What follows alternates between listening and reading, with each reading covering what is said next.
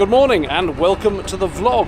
My week at the Saltisford Arm is over and now I'm going to head off round Warwick through Leamington Spa and onwards back towards Braunston and ultimately the Crick Show. And yes, I know I'm publishing this several weeks after the show, but that's Canal time for you. No hurry about anything. So here I am chugging gently back down the arm towards the Grand Union Canal, which goes north then east round Warwick, as seen in this shot here. It's a beautiful day again. This was mid-May, although a little windy. Look at this amazing saloon window. What a fantastic view of the canal that must give, albeit not with the curtain shut. Just before the two Cape locks, here's the Cape of Good Hope pub, with its own mooring space for thirsty boaters. And before we go into the locks, a confession. Yes, that is an upturned cereal bowl gaffer taped to my stove chimney. 2 days after buying the shiny lid to replace the rusty one, I knocked it off into a lock at Lapworth after catching it with a rope, and no amount of fishing for it brought it back. So, until I get another, a cereal bowl is keeping the rain out. I am suitably embarrassed. Another boat coming up at Cape Locks means it'll be set my way, which is helpful. Still going through Warwick and past a swan taking a nap on its nest. Sorry for the wobbliness, I was trying not to crash into the bank as I turned to film. Here's another of the many hire boat firms you find dotted along the canals. It's a popular holiday, but by golly it's expensive. Boats seem to cost around at least £1,000 a week. This, I think, is a floating boat painting and maintenance shed. More wildlife, and there's a bloke taking photos of these who I at first thought was filming me in the boat until I spotted the ducks. Meanwhile, this boat was the shiniest gleaming hunk of steel I've ever seen, so a good thing I held back to let him through. We've had ducklings and a swan. How about some goose chicks? Very cute. That's the River Avon, which runs from Naseby to Tewkesbury. That's the main railway line running through Warwick and Leamington to London. And this is some sheep in a field, just because it's nice and sunny. This is turning into Nature Watch, but why do they have to sit in the middle of the canal? I went as close to one side as I could and put the engine into tick over while the swans and a surprising number of chicks drifted casually out of my way. I think they're doing very well with 7 youngsters. And don't moorhen chicks look hilarious? They're so scruffy.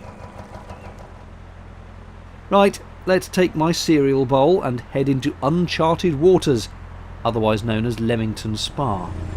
Where Warwick looked quite pretty and the early part of Leamington also, I have to say now I'm passing through the main bit, it's all gone a bit grimy industrial. Lots of litter in the canal again, more graffiti on the sides. It's not a pretty sight.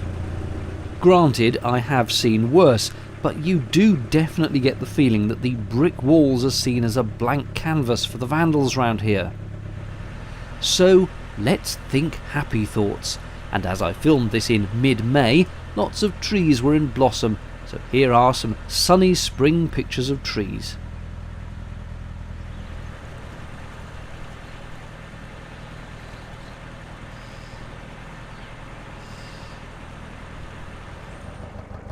And I'm out. That's the last bridge out of Leamington and back into the countryside.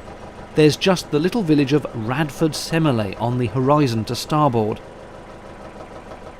I decided to stop here for the night, a decent spot with a handful of other boats for company, but nicely spaced out for peace and quiet.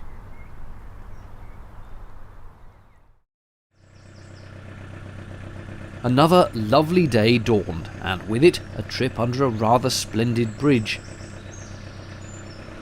Can there be any finer way to get around? When I'm Prime Minister, roads will be banned, and we will all get around by canal boat. It's far more civilised. Damn that cereal bowl, and mostly damn my own incompetence. The first of a few locks today. This is the Foss or Fossey locks, I don't know how it's pronounced. I promise you I'd stopped and shut that lock gate, but it wouldn't stay put, just swung itself open, honestly. Why won't they open when you want them to, and will when you don't? I have no idea.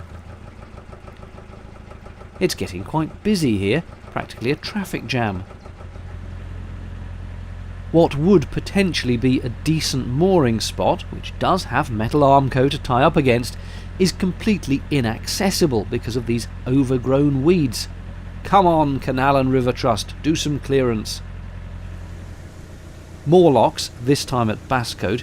There's a pair of conventional ones, then a staircase of two, which means one lock flows directly into the other without any gap, so you have to set both locks before you start and make sure there's no one in either of them. Precision boating this, like a canal version of the Red Arrows.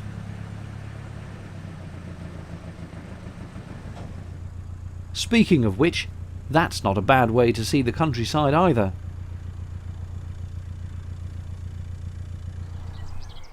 And mooring up again for the night, once more with a handful of nicely spaced boats for company. I'm just outside Long Itchington, and tomorrow I'll face the 2 Itchington locks, then immediately another 8 at Stockton. I think it's time for a bracing snooze, but maybe a quick gin and tonic looking over the scenery first. Good night.